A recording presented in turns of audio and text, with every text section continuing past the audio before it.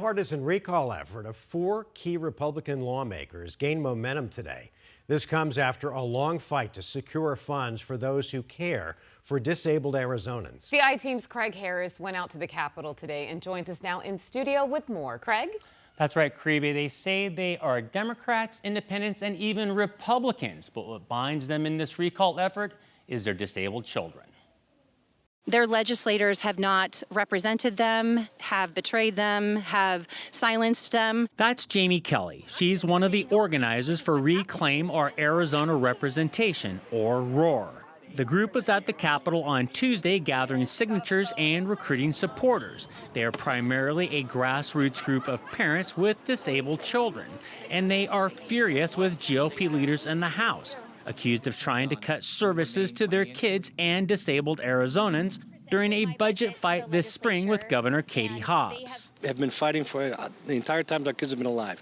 So when they came and wanted to pick a fight with us, they made a mistake. That's Jim Fuller. He's leading the recall effort against Republican Matt Gress of Phoenix.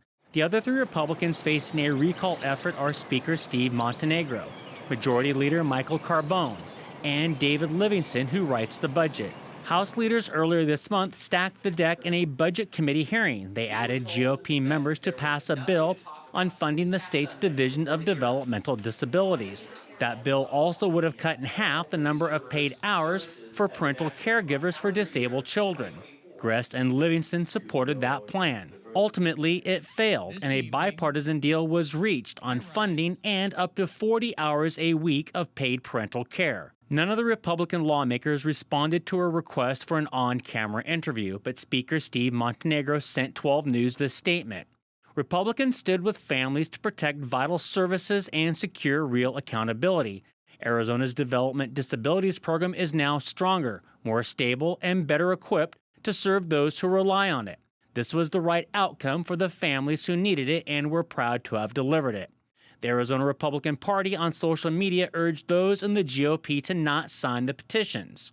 The GOP in part said Governor Hobbs is using a group of parents to overturn the results of the 2024 election and give Democrats and the radical left control of the AZ legislature. Hobbs, at a press conference last week, said she had nothing to do with the recall efforts. I asked Jamie Gadd of Queen Creek, one of the group members, about this claim. Saying that this is a left-wing conspiracy and that it's left-wing run, and it is not. I'm a Republican, and this is hard for me to stand here knowing that that is how I usually vote, and that it's very humbling. It makes me question a lot of things. The group told me it currently does not have any major financial backing, and they need to collect tens of thousands of signatures against each lawmaker to get their recall efforts on the ballot. They think they will succeed. The community that we represent has beaten the odds already with how we have advocated for our children. We're fighters. We come from hospital ICU rooms with grim diagnosis.